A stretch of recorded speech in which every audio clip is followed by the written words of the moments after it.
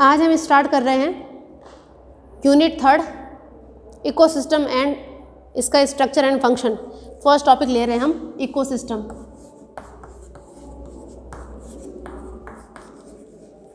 Ecosystem का आज हम स्ट्रक्चर देखेंगे। स्ट्रक्चर से पहले हम बात कर लेते हैं। जो इकोसिस्टम जो टर्म है वो दिया था टेंसले ने। क्या कहा था? टेंसले ने सर्वप्रथम इकोसिस्टम को टर्म दिया था।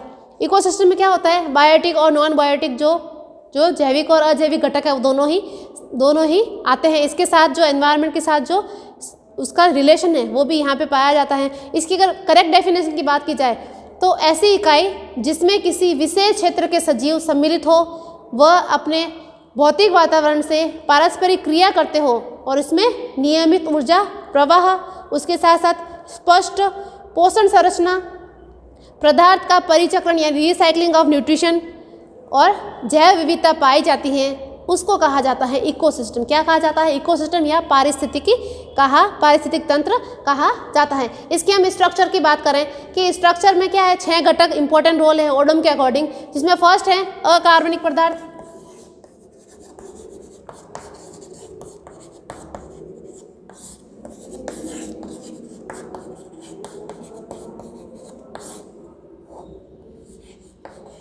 फर्स्ट है अकार्बनिक पदार्थ, सेकंड है कार्बनिक पदार्थ, थर्ड है जलवायु,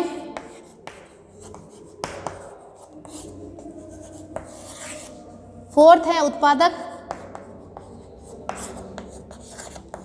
इसका जो फिफ्थ पॉइंट है वो है वृहत या गुरु उपभोक्ता, जिसको मैक्रो कंज्यूमर कहा जाता है। और इसी के साथ है सूक्ष्म उपभोक्ता, जिसको माइक्रो कंज्यूमर कहा जाता है।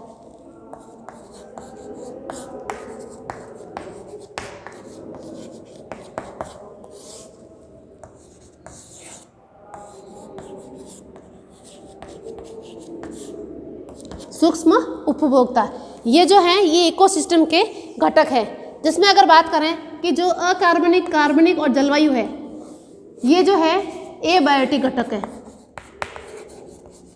एबायोटिक घटक। और उत्पादक, गुरु उपभोक्ता और लघु सूक्ष्म उपभोक्ता ये तीनों हैं बायोटिक घटक। तो हम इसको ब्रॉड कैटेगरी के 2 प्रकार से घटक डिवाइड कर सकते हैं। फर्स्ट है एबायोटिक एंड सेकंड है बायोटिक। 2 प्रकार से डिवाइड कर सकते हैं। अब हम फर्स्ट पढ़ते हैं जैविक घटक। जैविक घटक की बात करते हैं बायोटिक घटक की। बायोटिक घटक में हम फर्स्ट पढ़ते हैं स्वपोषी या उत्पादक, ऑटोट्रॉफ्स या प्रोड्यूसर। इसमें हम सीधे सीधे वे में समझते हैं कि जो प्रकाश संश्लेषण की क्रिया द्वारा अपना भोजन स्वयं बनाता है वो सारे यहाँ पे आएंगे। 1 बाय 1 पढ़ते हैं।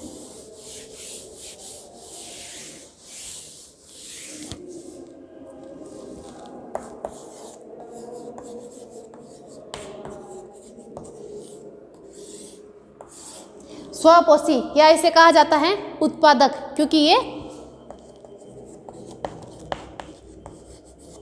भोजन का निर्माण कर रहा है। क्या करेगा कि जो ये स्वपोषी पादप होते हैं, जो ग्रीन प्लांट है, वो क्या करते हैं? जो लाइट एनर्जी होती है, लाइट एनर्जी को क्या करते हैं? कन्वर्ट करते हैं केमिकल एनर्जी के अंदर। केमिकल एनर्जी के अंदर क्यों कन्वर्ट करते हैं? क्योंकि यहाँ पे ग्रीन कलर का क्लोरोप्लास्ट पाया जाता है। क्या पाया जाता है? ग्रीन कलर का क्लोरोप्लास्ट। किसकी प्रेजेंस में करता है? CO2, H2O इसकी प्रेजेंस में करता है। या इसको और क्या कह सकते हैं? ये जो प्रोसेस है ये क्या कहा जाता है? प्रकाश संश्लेषण प्रोसेस कहा जाता है। ये इसकी फर्स्ट डेफिनेशन हो गई। सेकंड डेफिनेशन क्या हो जाएगी? फर्स्ट तो क्या हो गई कि जो लाइट एनर्जी को केमिकल एनर्जी में कन्वर्ट कर रही है। सेकंड डेफिनेशन क्या हो जाएगी? जो अकार्बनिक पदार्थ है उसको कार्बनिक पदार्थ में कन्वर्ट कर रही है। तो ये भी एक प्रकार की डेफिनेशन है प्रकाश संश्लेषण की। कोई भी डेफिनेशन लिख सकते हो जो तुम्हें सही लगे। तो ये भी प्रोसेस है प्रकाश संश्लेषण, जिसमें क्या हो रहा है कि जो जटिल कार्बनिक कंपाउंड है या फिर कॉम्प्लेक्स से कॉम्प्लेक्स टू सिंप्लेक्स में कन्वर्ट हो रहा है। तो ये भी फोटोसिंथेसिस के थ्रू होता है। इसमें जितने भी स्वपोषी जो प्रकाश संश्लेषण की क्रिया करते हैं और अपना भोजन पदार्थ बनाने का काम करते हैं वो सारे यहाँ पे आते हैं। उन सबको कहा जाता है स्वपोषी, जिसको जो क्या कह सकते हैं कि ऐसे जीव जो अपने पोषण हेतु स्वयं भोजन बनाने का काम करता है और उसमें कैपेसिटी होती है कि अपना भोजन वो खुद बनाए, वो स्वपोषी कहलाते हैं। इसके अंदर क्लोरोफिल पाया जाता है। क्लोरोफिल होने के कारण ये हरे रंग के होते हैं। जैसे हम प्लांट की बात करें तो ये क्या करते हैं, जो ये इसको और रसायन संश्लेषी भी कहा जाता है। इसके जो प्रत्येक सदस्य हैं स्वपोषी के, उसको कहा जाता है प्रोड्यूसर। क्या कहा जाता है? उत्पादक। और ये क्या करते हैं, जो स्वपोषी हरे पौधे होते हैं, ये प्रकाश संश्लेषण करके भोज्य पदार्थ को संचित करते हैं, रिजर्व फूड मटेरियल को स्टोर करने का काम भी करते हैं। और जितने भी सजीव हैं पृथ्वी पर, जितने भी सजीव हैं वो डायरेक्टली इनडायरेक्टली प्लांट के ऊपर ही डिपेंड है। फिर हम बात करते हैं जलोदबिद की बात करें, ये तो हमने स्थल पे देखा था। अगर हम जलोदबिद की बात करें कि जलोदबिद के अंदर कौन सा जो है वो स्वपोषी होता है, उसमें बात करें कि जो ब्लू ग्रीन एल्गी होती हैं, जो ब्लू ग्रीन एल्गी होती हैं, इसी के साथ जो फाइटोप्लैंक्टन होते हैं, जो पादप प्लावक होते हैं, जो जल की सरफेस के ऊपर पूरी तरह से छा जाते हैं। हो सकता है वो यूनिसेलुलर हो, मोटाइल भी हो सकते हैं, नॉन मोटाइल भी हो सकते हैं। और ये जो एल्गी होती हैं, जो यूनिसेलुलर होती हैं, ब्लू ग्रीन एल्गी होती हैं, ये क्या करती हैं? फोटोसिंथेसिस का काम करती है। और ये भी क्या हो गई? ये हो जाती हैं स्वपोषी और ये भी उत्पादक कहलाती है। ये ऊर्जा के रूप में क्या बनाती है? कार्बोहाइड्रेट का निर्माण करती है। यहाँ पे भी क्या बनता है? कार्बोहाइड्रेट बनता है। ध्यान रखना, कार्बोहाइड्रेट एज ए फूड होता है और वो ही एनर्जी होती है। ठीक है। फिर हम बात करें कि इसी जो कार्बोहाइड्रेट का जो निर्माण करते हैं और जो स्वपोषी पादप पौधे जो होते हैं, वो रेडिएट एनर्जी को क्या कर रहे हैं? रेडिएट एनर्जी को जो जटिल कार्बनिक पदार्थ के रूप में जटिल रासायनिक स्थिर को में परिवर्तन कर दे। सिंपल फॉर्म में कहें कि ये क्या कर रहे हैं कि ये केमिकल एनर्जी को जो है रेडिएंट एनर्जी को क्या कर रहे हैं? केमिकल एनर्जी में कन्वर्ट कर रहे हैं, कॉम्प्लेक्स टू सिंपलेक्स फॉर्म में कन्वर्ट कर रहे हैं। तो इसलिए इनको कहा जाता है परिवर्तक या कन्वर्टर या ट्रांसड्यूसर कहा जाता है। फिर सेकंड बात करते हैं विषमपोषी या उपभोक्ता। बायोटिक फैक्ट्री पढ़ रहे हैं अभी हम।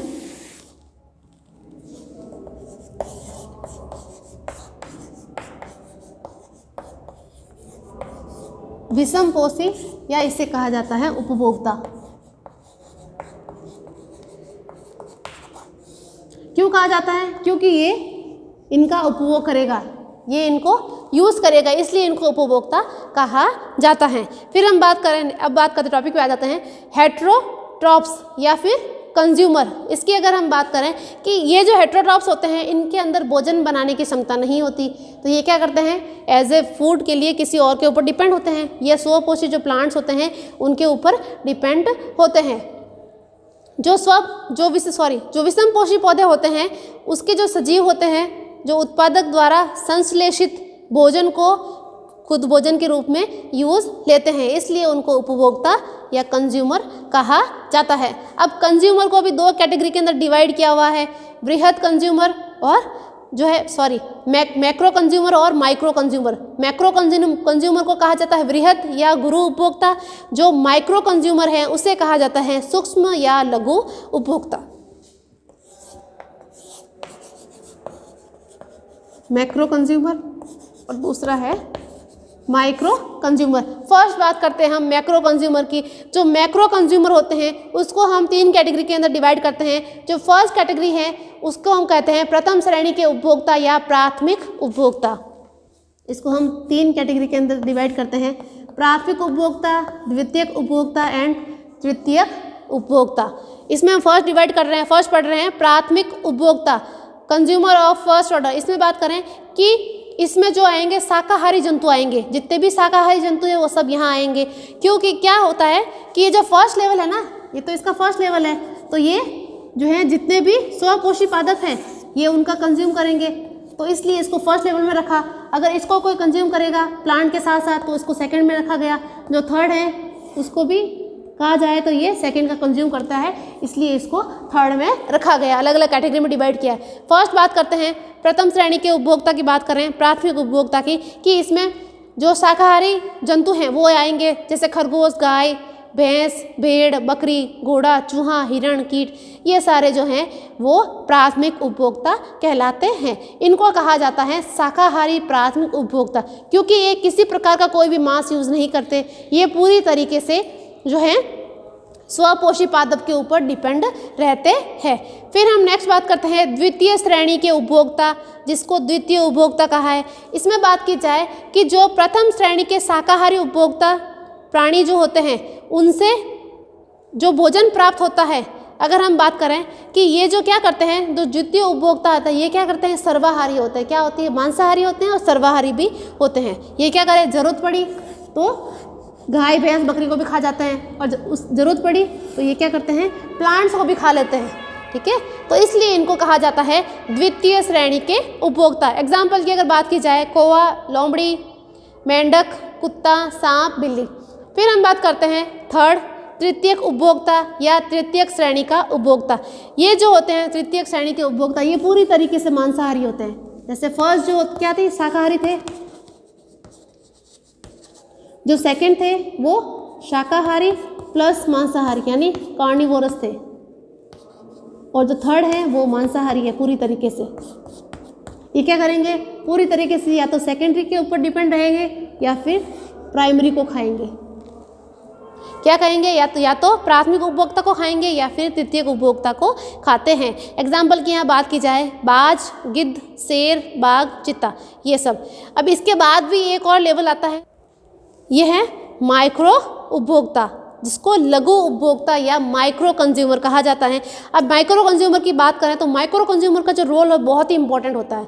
क्या होता है, बहुत ही इंपॉर्टेंट होता है। ये क्या काम करता है, जो ये तृतीयक उपभोक्ता जो मर गया है उसको खाने वाला कोई नहीं है, तो उसको खाने का काम क्या करता है, माइक्रो उपभोक्ता। ये क्या होता है, सूक्ष्म जीवाणु होते हैं जो क्या करते हैं कि इनकी बॉडी को सड़ाने का काम करते हैं ताकि रिसाइकलिंग हो जाए, जो न्यूट्रिशन है वो वापस जो है मिट्टी के अंदर आ जाए। इसमें बात करें कि ये जो सूक्ष्म माइक्रो कंज्यूमर होते हैं ये क्या करते हैं, जटिल कार्बनिक पदार्थ को सरल अकार्बनिक पदार्थ के अंदर कन्वर्ट करते हैं। क्या करते हैं, कार्बनिक पदार्थ को अकार्बनिक पदार्थ के अंदर कन्वर्ट करने का काम करते हैं। और इनके अंदर कैपेसिटी होती है, एंजाइम्स होते हैं खूब सारे, जो एंजाइम्स के द्वारा ये जो है डाइजेस्ट आराम से हो जाता है, जिससे क्या होता है कि सरल भोज्य पदार्थ या कंपोनेंट्स के अंदर ये तोड़ने का काम करता है। एग्जाम्पल की यहाँ बात करें, फंजाई है, बैक्टीरिया है, एक्टिनोमाइसिटीज़ जो फैमिली के मेंबर्स हैं, जो एक्टिनोमाइसिटी जो होती है फंगस के मेंबर हैं। फिर बात करें कि ये क्या करते हैं, मृतोपजीवी सजीव प्रजातियों को, जो सजीव प्रजाति को भी यहाँ पे शामिल किया गया है, ये क्या काम करती हैं, डीकम्पोजर का काम करती हैं। क्या करती हैं, डीकम्पोजर। इसलिए इनको क्या कहा जाता है, इसीलिए इनको कहा जाता है सैप्रोफाइट्स या ऑस्मोट्रॉप्स कहा जाता है। फिर बात करते हैं, ये क्या काम करते हैं कि जो भी उत्पादक व उपभोक्ता मर जाते हैं, जरूरी नहीं है कि ये उत्पादक ही, उपभोक्ता भी मर सकता है। तो उपभोक्ता जैसे नीम की टहनी पड़ गई, नीचे गिर गई, नीचे गिरने से क्या होता है कि उसको भी सड़ाने का काम जो है वो माइक्रो कंज्यूमर करता है। फिर हम बात करते हैं अबायोटिक कंपोनेंट्स। बायोटिक कंपोनेंट पूरा हो चुका है, बहुत ही बेसिक टॉपिक है, इसके बारे में सब जानते हैं। सेकंड है एबायोटिक कंपोनेंट। क्या पढ़ रहे हैं हम, एबायोटिक कंपोनेंट। इसमें हम फर्स्ट पढ़ रहे हैं इनऑर्गेनिक सब्सटेंस।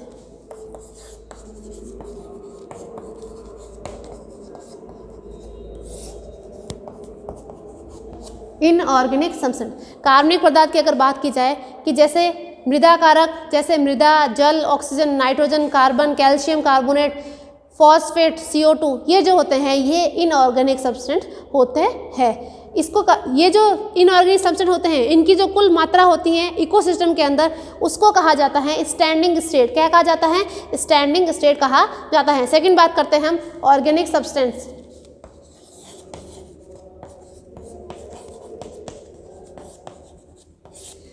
सेकंड है कार्बनिक पदार्थ। कार्बनिक पदार्थ में अगर बात की जाए कि वसा, प्रोटीन, कार्बोहाइड्रेट, इसके अतिरिक्त ह्यूमस, क्लोरोफिल, लिपिड्स, ये जो होते हैं ये सारे ऑर्गेनिक मैटर, ऑर्गेनिक सब्सटेंस कहलाते हैं। फिर थर्ड बात करते हैं क्लाइमेटिक फैक्टर। जलवायु कारक, क्लाइमेटिक फैक्टर की अगर बात की जाए कि जो क्लाइमेटिक फैक्टर है वो भी यहाँ पे जो है एबायोटिक फैक्टर के रूप में काम करता है। जैसे टेम्परेचर है, प्रकाश है, वर्षा है, तब पवन है, और पवन की गति है, ये सारे जो होते हैं ये भी इकोसिस्टम को प्रभावित करते हैं। इसके साथ साथ बात करें कि जो मृदा की अगर बात करें तो मृदा के अंदर क्या होता है, खनिज पदार्थ होते हैं। खनिज पदार्थ के अंदर क्या क्या होता है,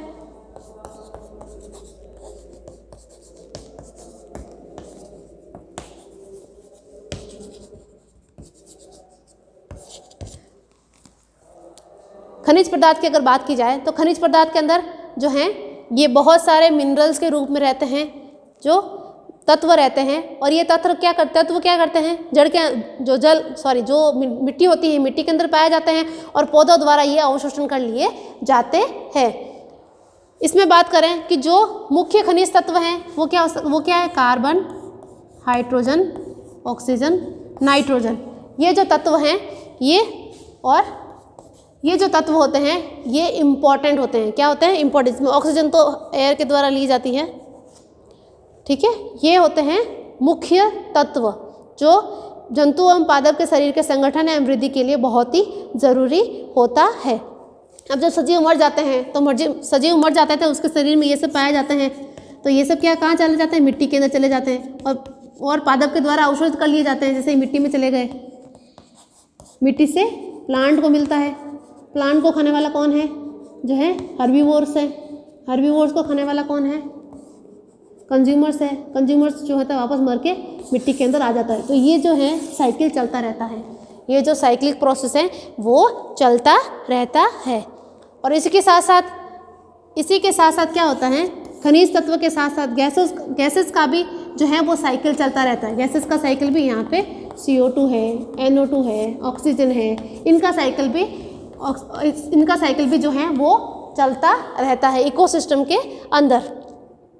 इसे कहा जाता है जैव भू रासायनिक चक्र। क्या कहा जाता है, जैव भू रासायनिक चक्र। के जितने भी मिनरल्स होते हैं उनका सर्कुलेशन होता रहता है, ये सर्कुलेशन होता रहता है। जितनी भी गैसें होती हैं उनका भी सर्कुलेशन होता रहता है, इसलिए इनको कहा जाता है जैव भू रासायनिक चक्र। फिर हम पढ़ते हैं क्लासिफिकेशन ऑफ इकोसिस्टम, टाइप्स पढ़ लेते हैं कि किस किस प्रकार के इकोसिस्टम जो हैं वो पाए जाते हैं।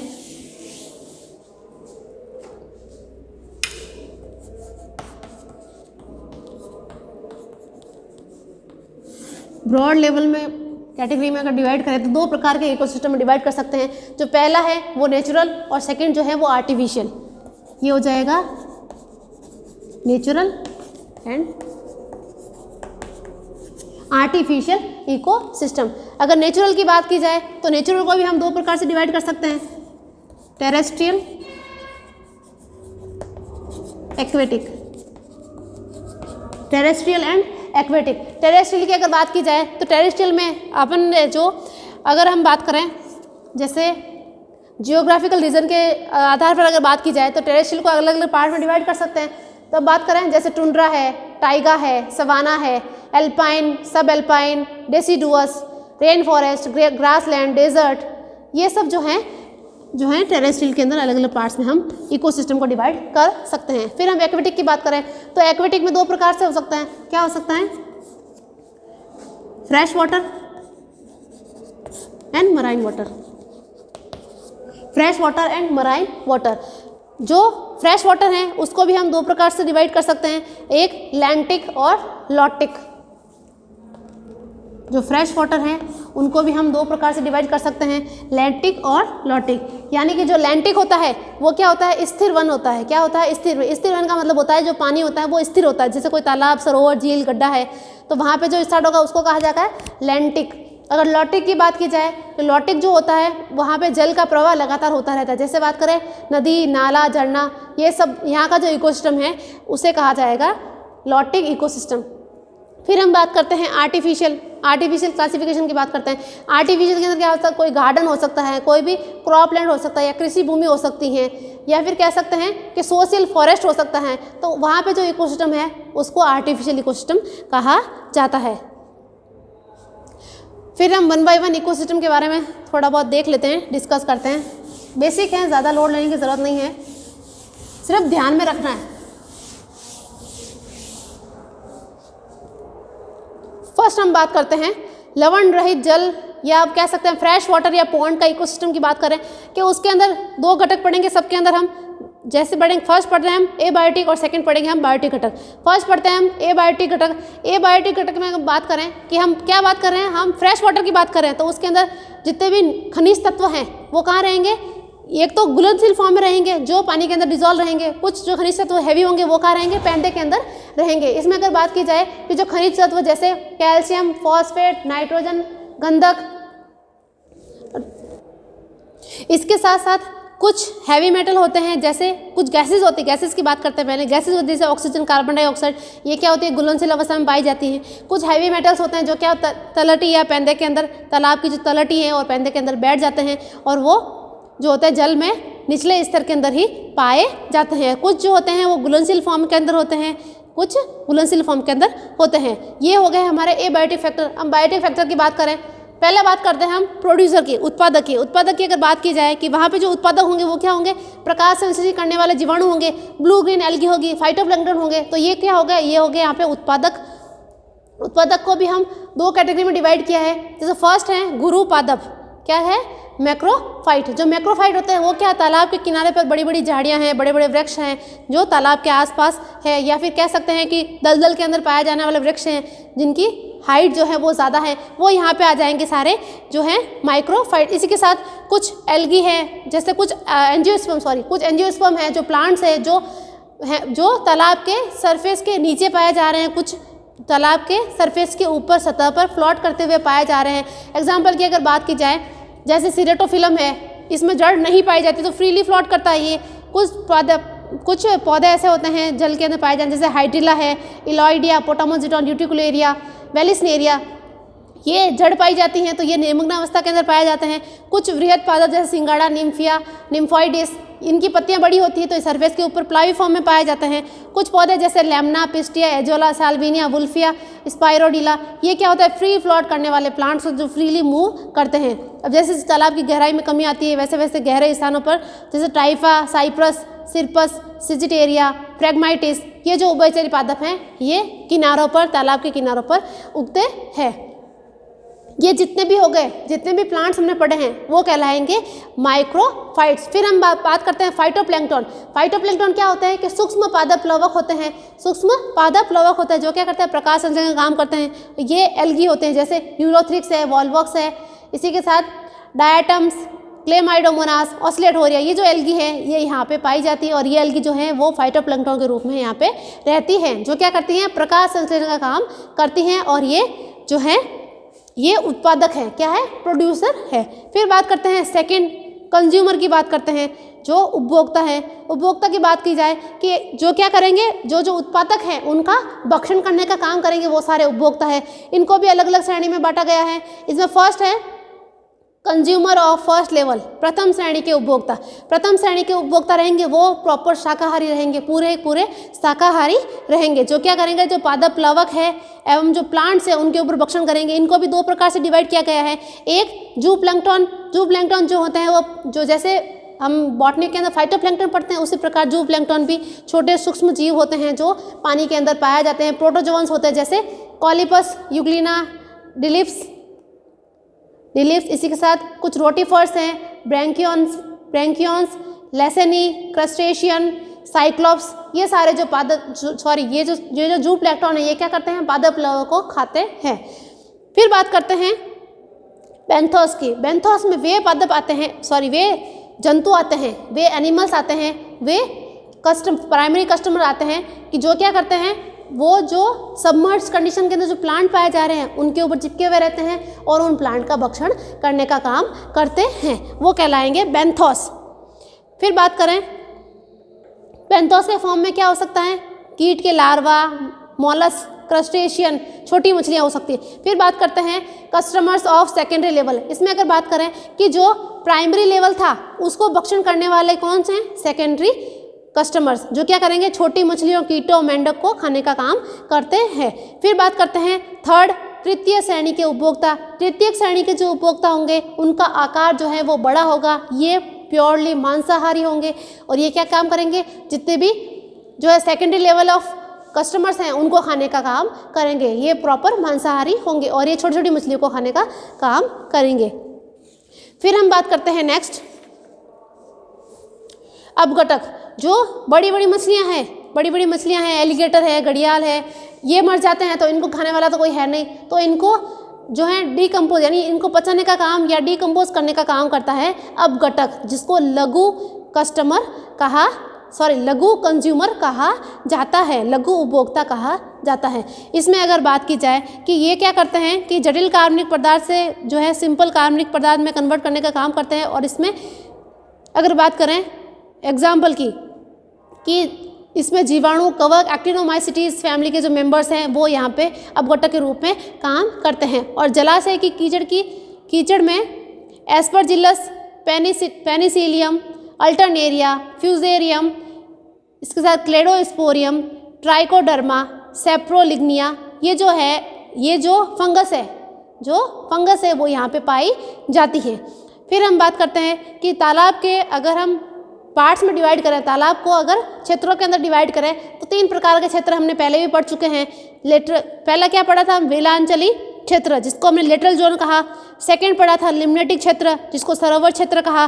थर्ड पढ़ा था हमने प्रोफंडल जोन जिसको हमने प्रोफंडल जोन कहा था। इसमें जो हमने पढ़ा था लेटरल जोन कहाँ था, जो तालाब है उसके किनारे पे, तालाब के किनारे पे जो प्लांट्स पाए जा रहे थे वो लेटरल जोन में आते थे। सरोवर जोन, लिम्नेटिक जोन जो है वो ऊपर वाला जो पोर्शन है तालाब का वो लिम्नेटिक जोन है, और अंदर वाला जो पोर्शन है उसको प्रोफंडल जोन कहा था। ये हमने डिटेल में डिस्कस कर रखा है। अब हम बात करते हैं मराइन इकोसिस्टम की। जैसे हमने फ्रेश वाटर इकोसिस्टम की बात की वैसे ही यहाँ पे मराइन इकोसिस्टम की बात करते हैं, लेकिन यहाँ पे जो एबायोटिक फैक्टर्स हैं उसमें थोड़ा चेंजेस हो जाएगा। क्या हो जाएगा, क्योंकि यहाँ पे न्यूट्रिशन यानी यहाँ पे खारा पानी है, तो खारा पानी है तो यहाँ पे जो सोडियम वगैरह हो जाएंगे जैसे कैल्शियम, सोडियम, मैग्नीशियम, ये यहाँ पे ज़्यादा मात्रा में पाए, इनके सल्फेट जो है वो ज़्यादा मात्रा में पाए जाएंगे। यहाँ पे लवणों की जो सांद्रता है वो ज़्यादा मात्रा में पाई जाती है, इतना ही अंतर है। उसमें भी बिल्कुल ऐसे ही बायोटिक फैक्टर भी सेम ऐसे ही है, नाम अलग अलग है। फिर हम बात करते हैं ग्रासलैंड इकोसिस्टम की। जो ग्रासलैंड इकोसिस्टम है वो सबसे सिंपलेस्ट इकोसिस्टम है। क्यों है, क्योंकि इसमें बहुत ही कम जो है लेवल पाया जाता है। फर्स्ट बात करते हैं एबायोटिक कंपोनेंट की, कि जो एबायोटिक कंपोनेंट है उसमें मृदा का घटक कैसा है, वहाँ का क्लाइमेट कैसा है, पानी कितना है, वो सब डिपेंड करता है। फिर हम बात करें बायोटिक घटक की, तो बायोटिक घटक में फर्स्ट पढ़ रहे हैं प्रोड्यूसर की बात की जाए कि वहाँ पे अगर ग्रासलैंड है तो वहाँ पे प्रोड्यूसर के रूप में घास ही रहेगी, सिर्फ घास ही रहेगी। घास की अगर बात की जाए सैंक्रस है, डेक्टाइलोक्टेलियम है, डिजिटेरिया है, डेंड्रोपोगोन है, ये जो ग्रासेस हैं डाइकेंथियम, एरिस्टिडा, ये जो ग्रासेस हैं यहाँ पे मुख्य रूप से पाई जाएगी। फिर हम बात करते हैं कंज्यूमर की। बात करें जो कंज्यूमर्स होते हैं उसको भी इसने जो है 3 कैटेगरी में डिवाइड किया। सबसे पहला जो होगा उसको प्राइमरी कंज्यूमर कहा, जिससे हिरण, खरगोश, चूहा, गाय, भैंस, बकरी, ये जो है वो प्राथमिक उपभोक्ता कहलाएगा। द्वितीयक उपभोक्ता की बात करें, जो प्राथमिक उपभोक्ता को खाने का काम करे द्वितीयक उपभोक्ता कहलाता है, और ये मांसाहारी होते हैं। सर्प, मेंढक, भेड़िया, लोमड़ी, छिपकली, ये जो है वो द्वितीयक उपभोक्ता है। थर्ड बात करते हैं तृतीयक उपभोक्ता की। जो तृतीयक उपभोक्ता होता है जैसे बाज है, लॉयन है, ये क्या है, तृतीयक उपभोक्ता है। इसके बाद अपघटक में वही फंगस जैसे म्यूकर है, राइजोपस है, पेनिसिलियम, एस्परजिलस, क्लेडोस्पोरियम, एक्टिनोमाइसिटीज, ये जो फंगस होती है ये यहाँ पे डीकम्पोजर के रूप में काम करती है। फॉरेस्ट लेवल की अगर बात की जाए कि फॉरेस्ट में भी बिल्कुल ऐसा ही है। फॉरेस्ट की अगर बात की जाए, वन पारिस्थितिक तंत्र में अगर बात करें तो वन पारिस्थितिक तंत्र में के अंदर बायोटिक घटक, इसमें बायोटिक और एबायोटिक के अंदर डिवाइड किया गया है। और इसमें भी जो है बायोटिक घटक है उसको उत्पादक से फिर उपभोक्ता में डिवाइड किया है। उपभोक्ता को भी प्राइमरी, सेकेंडरी एंड टर्सरी, और फिर थर्ड जो है वो डीकम्पोजर में डिवाइड किया गया है। अगर डेजर्ट इकोसिस्टम की अगर हम बात करें कि जो डेजर्ट इकोसिस्टम होता है उसमें भी 2 प्रकार कंपोनेंट होते हैं, बायोटिक और एबायोटिक। अगर हम एबायोटिक की बात करें कि एबायोटिक के अंदर क्या होता है, जैसे मरुस्थल की मिट्टी क्या होती है, उसके अंदर कोई भी न्यूट्रिशन नहीं होता, पोषक तत्व नहीं होते, वाटर नहीं होता, तो यहाँ पे जो एबायोटिक कंपोनेंट होते हैं वो लिमिटेड होते हैं। क्या होते हैं, लिमिटेड होते हैं। पर यहाँ पे जो उगने वाले प्लांट्स हैं उसके अंदर क्या होता है, कम न्यूट्रिशन होने के बावजूद भी वहाँ पे वो ग्रो कर जाते हैं। फिर हम बात करते हैं बायोटिक कंपोनेंट की। जो बायोटिक कंपोनेंट होते हैं इसको यहाँ पे 3 प्रकार से डिवाइड किया है। फर्स्ट हो जाएगा प्रोड्यूसर, सेकंड है कंज्यूमर्स, और थर्ड है डीकम्पोजर। फर्स्ट हम प्रोड्यूसर की बात करें तो प्रोड्यूसर में क्या हो जाएगा, यहाँ पे जितने भी कंटीली झाड़ियाँ हैं, वृक्ष है, शाख है, वो यहाँ पे जो हैं वो उत्पादक के रूप में हो जाएगी। फिर उपभोक्ता की बात करें, भेड़, बकरी, ऊँट यहाँ पे उपभोक्ता के रूप में रहेंगे और यहाँ पे उनको खाने वाला यहाँ पे शेर, चीता तो है नहीं, तो यहाँ पे जो है इनको अलग अलग कैटेगरी में डिवाइड नहीं किया है। और नेक्स्ट है, लास्ट है डीकम्पोजर। अगर गाय, भैंस, बकरी, ऊँट ये मर जाते हैं तो इनको खाने वाला जो है वो डीकम्पोजर है।